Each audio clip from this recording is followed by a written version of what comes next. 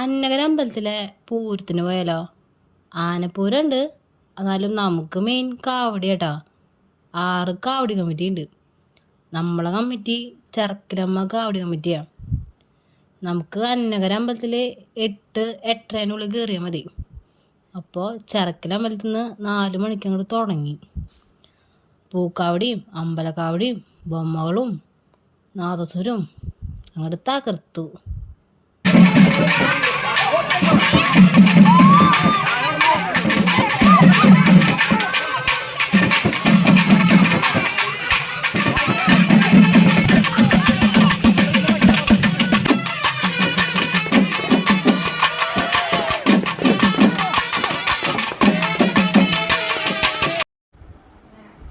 അങ്ങനെ ഇപ്പോൾ ഈ കൊല്ലത്തെ പൂരം കഴിഞ്ഞു.